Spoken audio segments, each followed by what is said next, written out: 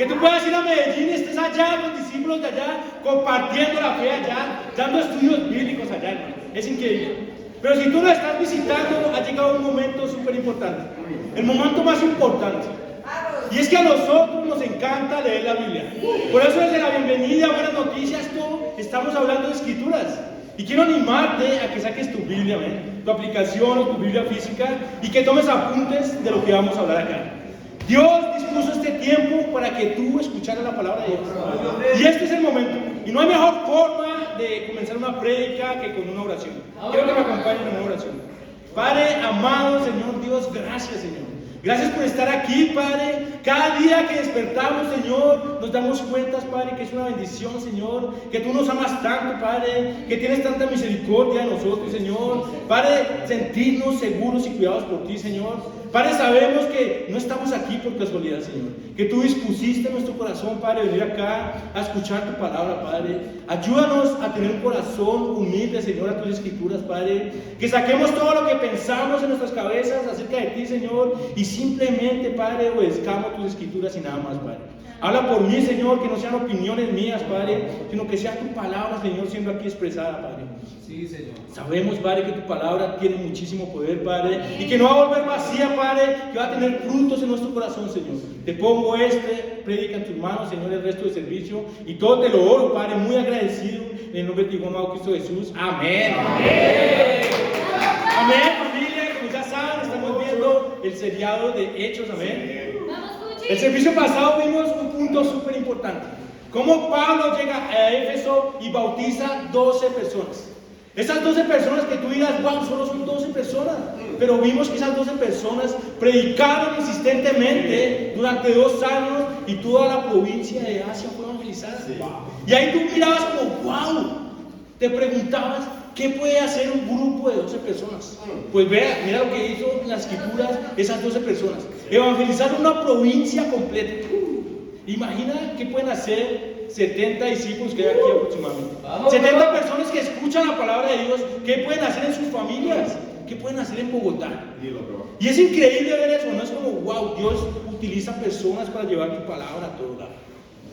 Pero vamos a continuar hoy el seriado de Hechos, ¿amén? Quiero que me acompañen a Hechos 19, versículo 13 al 16. Bueno, del 11 al 16. Hechos, capítulo 19, versículo 11 al 16. ¿Conmigo? Dice así: Dios hacía milagros extraordinarios por medio de Pablo, a tal grado que los enfermos les llevaban los pañuelos y los delantales que habían tocado el cuerpo de Pablo y quedaban sanos de sus enfermedades, y los espíritus malignos salían de ellos. ¡Wow! Imagínate ese poder. Imagínate que Pablo estuviera acá y Pablo se quita un tapabocas ahí, amén. Y tú lo coges y llegas y te lo pones ahí y tú quedas sano, ¿eh? Es increíble, ¿eh? Eso es lo que estaba pasando, ¿eh? Versículo 13. Algunos judíos que andaban expulsando espíritus malignos intentaron invocar sobre los endemoniados el nombre del Señor Jesús. Decían: en el nombre de Jesús, a quien Pablo predica, les ordeno que salgan. Esto lo hacían 7 hijos de un tal Etseba, que era uno de los jefes de los sacerdotes judíos. Versículo 15. Un día el espíritu maligno replicó: conozco a Jesús y sé quién es Pablo, pero ustedes, ¿quiénes son?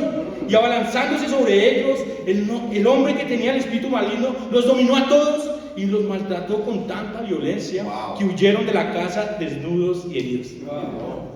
Imagínate la fuerza de un hombre para dominar 7 personas. Tiene que ser alguien como Guaidó, también así, alto y fuerte, para poder tú dominar a 7 personas. Pero lo que vemos aquí era el poder de Dios siendo demostrado ante las personas. Pablo estaba predicando con poder a todos como: hey, miren, Jesús es nuestro Salvador. Tienen que creer en la palabra, tienen que seguirla aún más. Y tenía tanto poder que incluso las prendas que Pablo se quitaba, las personas las cogían para sanar. Y funcionaba. Es increíble eso. Imagina qué tanta fe tienes que tener tú para que tus prendas tengan poder.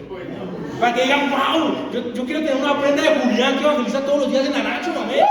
Y tú te la pones y ese día evangeliza 100, amén. Wow, yo quiero tener la prenda de Juan Pablo, amén, que dio 2 estudios bíblicos ayer, y te la pones y pum, das 2 estudios bíblicos, amén. Imagínate tener esa fe. Pero estas personas estaban utilizando el nombre de Jesús para expulsar demonios. Y estas personas no eran discípulos, no sé si te has dado cuenta. Estas personas simplemente cogían las prendas y sanaban. Pero si tú tienes una fe tan fuerte así en la palabra de Dios, Dios va a hacer milagros. Pero Dios te dice, tú tienes que obedecerme a mí. Pero quiero que me acompañe una escritura que está en Mateo 7:15. Mateo capítulo 7, versículo 15. El nombre de la prédica, el título de la prédica es Las promesas de Dios. Mateo 7, versículo 15 al 23. Contigo, hermano. Mateo capítulo 7. Llegando. Contigo, Mateo 7, versículo 15 al 23. Vamos a ver qué pasaba aquí. ¿Qué dice Jesús a las personas? Cuídense de los falsos profetas. Vienen a ustedes disfrazados de ovejas, pero por dentro son lobos feroces. Por sus frutos los conocerán. ¿Acaso se recogen uvas de los espinos o higos de los cardos? Del mismo modo, todo árbol bueno da fruto bueno, pero el árbol malo da fruto malo. Versículo 18. Un árbol bueno no puede dar fruto malo, y un árbol malo no puede dar fruto bueno. Todo árbol que no da buen fruto se corta y se arroja al fuego. Así que por sus frutos los conocerán. Versículo 21. No todo el que me dice, Señor, Señor, entrará en el reino de los cielos, sino el que hace la voluntad de mi Padre que está en el cielo. Muchos dirán aquel día, Señor, Señor, ¿no profetizamos en tu nombre? En tu nombre expulsamos demonios e hicimos muchos milagros. Entonces les diré claramente, jamás los conocí. Aléjense de mí, hacedores de maldad. Esta escritura es increíble. Porque básicamente Dios nos está diciendo, ¿saben qué? Van a haber personas que hagan milagros. Sí. Van a haber personas que expulsen demonios.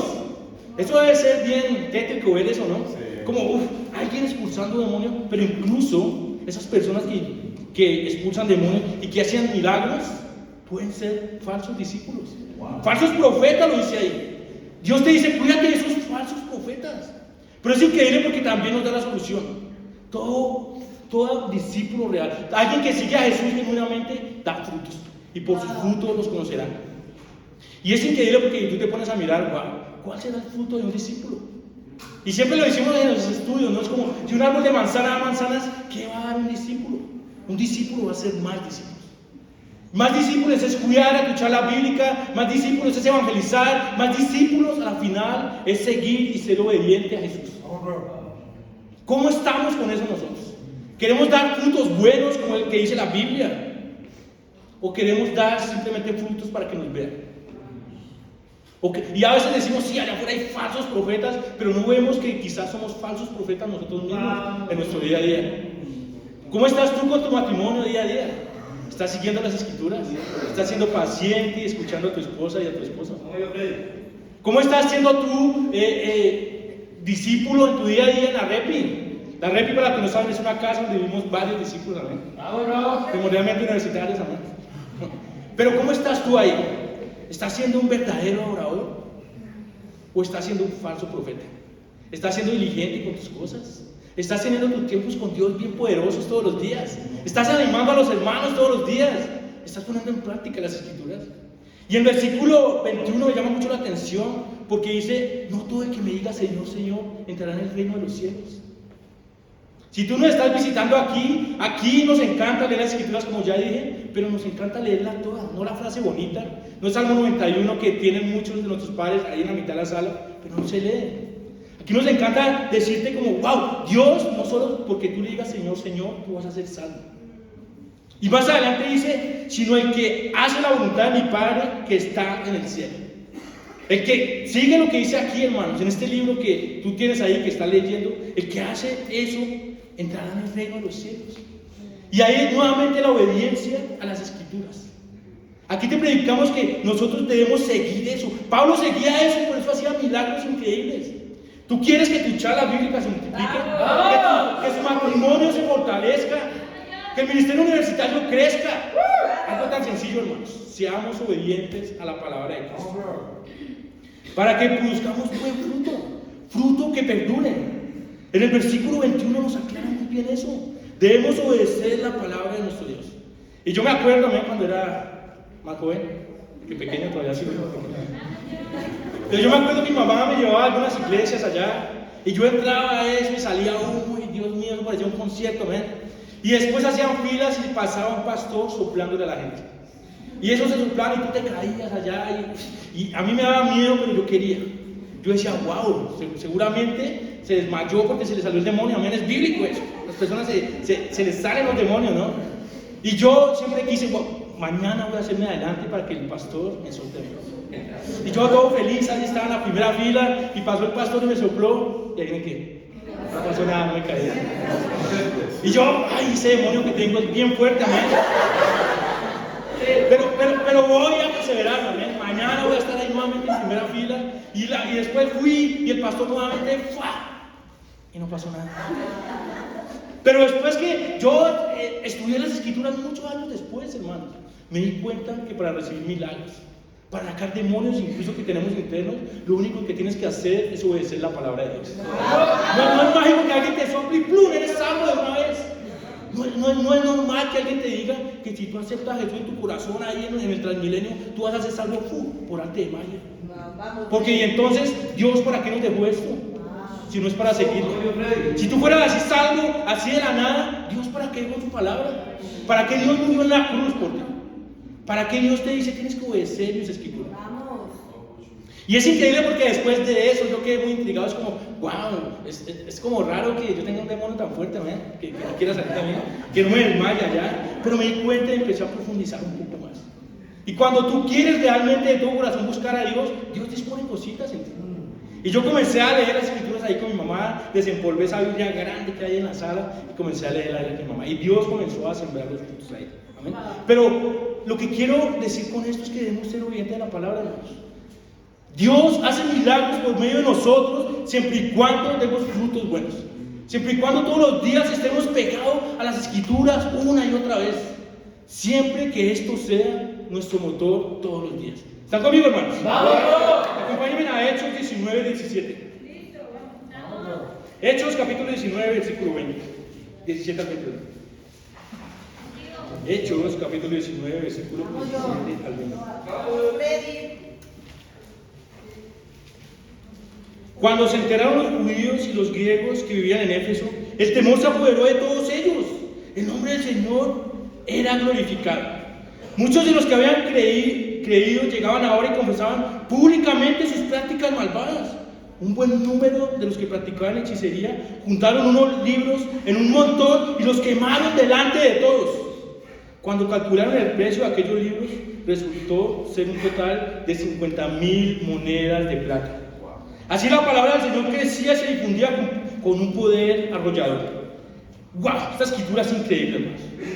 Básicamente está diciendo que todas las personas quedaban asombrados por los milagros que estaban haciendo Pablo y los demás discípulos.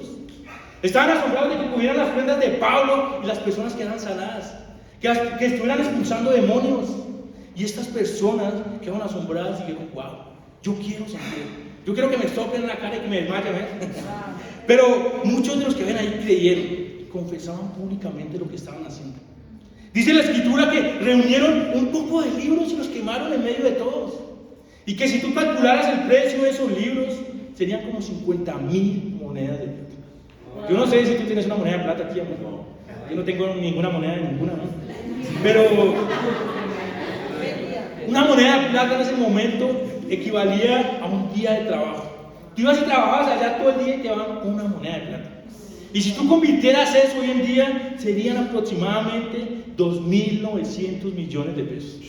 Imagínate tú ver que queman 2.900 millones de pesos. ¿Cómo te sentirías tú? Uy, salen cositas ahí, ¿no?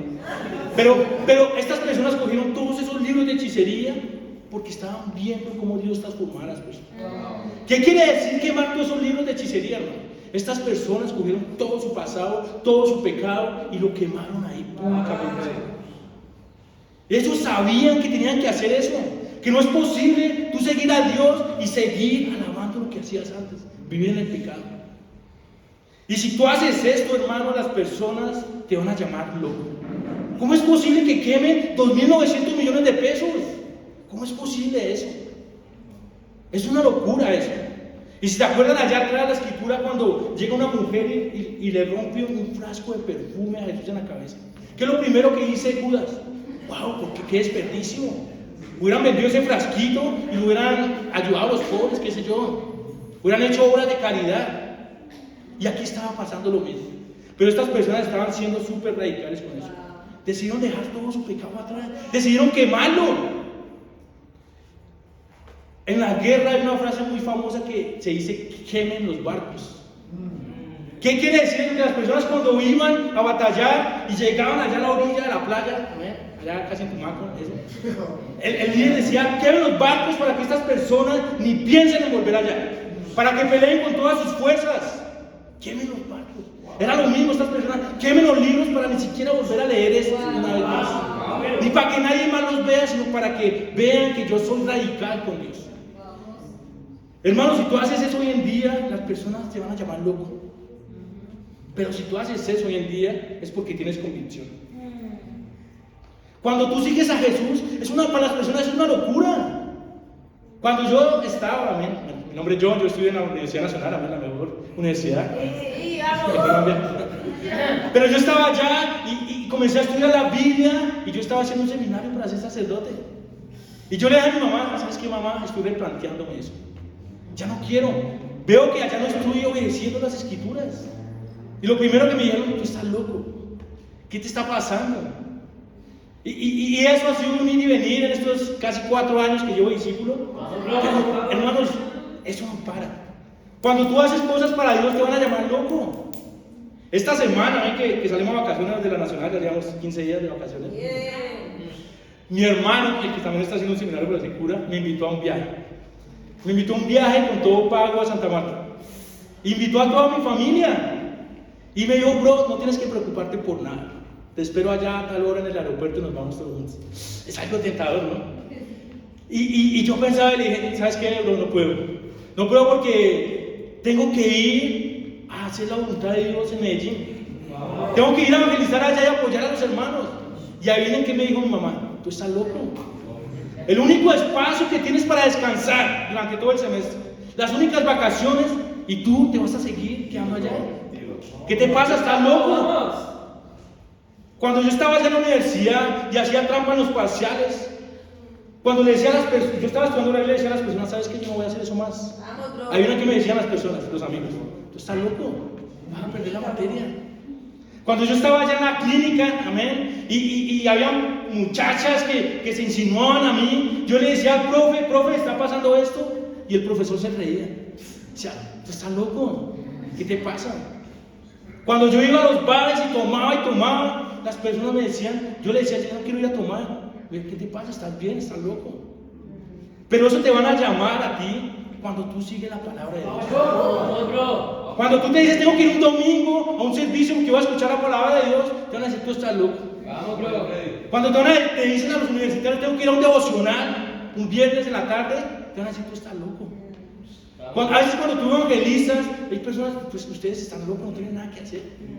En Medellín me pasó, tú estabas evangelizando allá, personas: no, bro, yo soy de Bogotá, estoy acá evangelizando. Tú estás loco, ¿qué estás haciendo acá? No tienes nada más que hacer. Y mi mamá y mis hermanos me dijeron eso. Fue una locura para ellos. ¿Cómo alguien rechazaría un viaje a Santa Marta con todo pago? Allá están, amén, qué increíble. Pero cuando tú quieres hacer la voluntad de Dios, tú eres feliz, amén.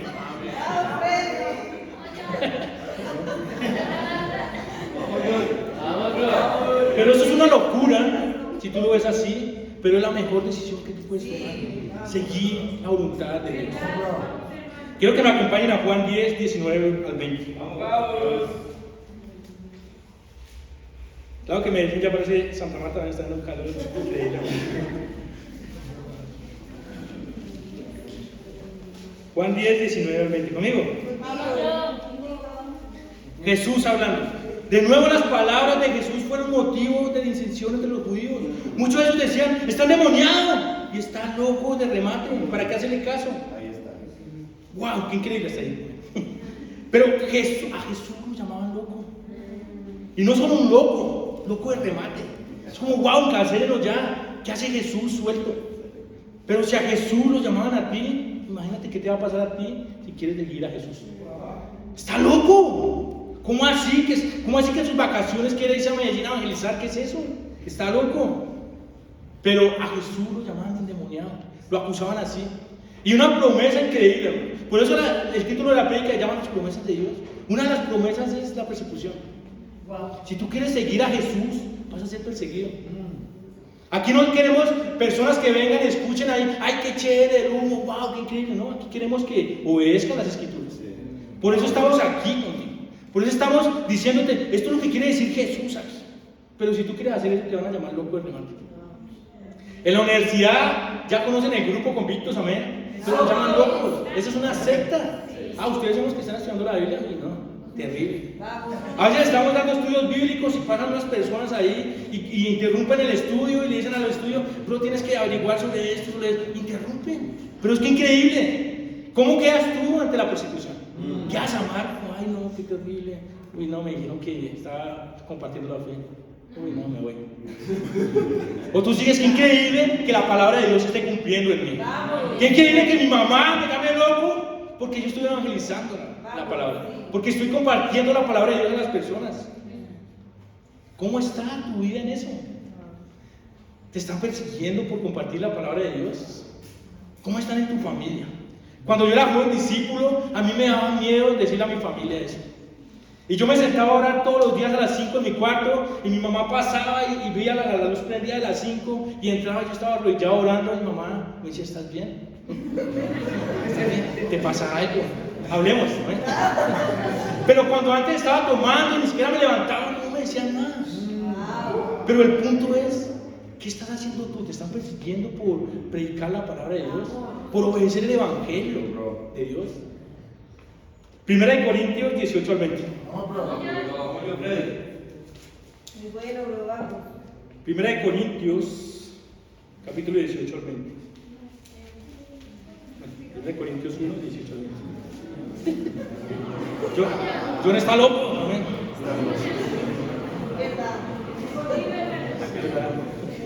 Dice así, 1 Corintios, capítulo 1, versículo 18 al 20. Me explico. El mensaje de la cruz es una locura para los que se pierden. En cambio, para los que se salvan, es decir, para nosotros, este mensaje es el poder de Dios. Pues está escrito, estudié la sabiduría de los sabios, frustraré la inteligencia de los inteligentes. ¿Dónde está el sabio? ¿Dónde está el erudito? ¿Dónde está el filósofo de esta época? ¿No ha convertido a Dios en una locura la sabiduría de este mundo? Hermano, cuando tú piensas en la sabiduría de este mundo, es una locura para Dios. Es una locura si tú piensas ser mejor que los demás y pasar por encima de que sea por el ser mejor. Es una locura. Es una locura pensar en ti mismo cuando hay tantas personas pasando necesidades. Es una locura pensar que tú tienes tiempo y no dedicas ese tiempo para evangelizar a las personas. Lo que es una locura para el mundo es sabiduría para Dios. Cuando tú comiences a aplicar esto, hermanos, te van a llamar loco. Y la escritura es súper diciente en eso. La cruz es una locura para los que se pierden. Cuando tú estás dando un estudio bíblico es como wow. Estar en Medellín fue increíble porque estábamos dando estudios bíblicos, eran universitarios que decían que increíble que hayan grupos que enseñen la palabra de Dios. Dios tiene, como vimos incluso en el capítulo 18, le decía a Pablo, yo tengo muchas personas en ese lugar. Y yo solo meditaba en esa escritura allá en Medellín y tuvimos muchos estudios, hermano. Yo sueño con eso. Pero ¿cómo quedamos nosotros ante la persecución? ¿Cómo estás tú todos los días en tu convicción de ser discípulo de todas las naciones? ¿Cómo fue tu semana después de la última prédica? De quedar animado de lo increíble de lo que hicieron 12 discípulos allá en Asia. ¿Cómo está tu convicción hoy en día para que este final de mes sea poderoso? Porque aquí dice que la cruz es incluso la salvación para nosotros. Es lo que tú debes pensar todos los días para moverte una y otra vez a salvar a las personas. Hace unos días vimos algo terrible, un terremoto. Y vemos en las noticias cómo personas murieron. Fue súper terrible eso. Pero ¿cómo está nuestra convicción incluso para llegar más rápido a Cali, que fue uno de los que sufrió? Que personas allá sean discípulos.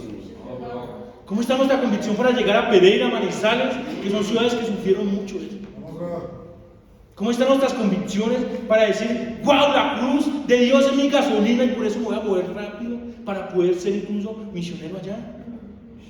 ¿Cómo están tus convicciones en las ofrendas? No puedo ir allá, pero yo quiero colaborar para que personas vayan allá. Es increíble eso. Es increíble cómo Mercy se está moviendo poderosamente también para todas esas personas.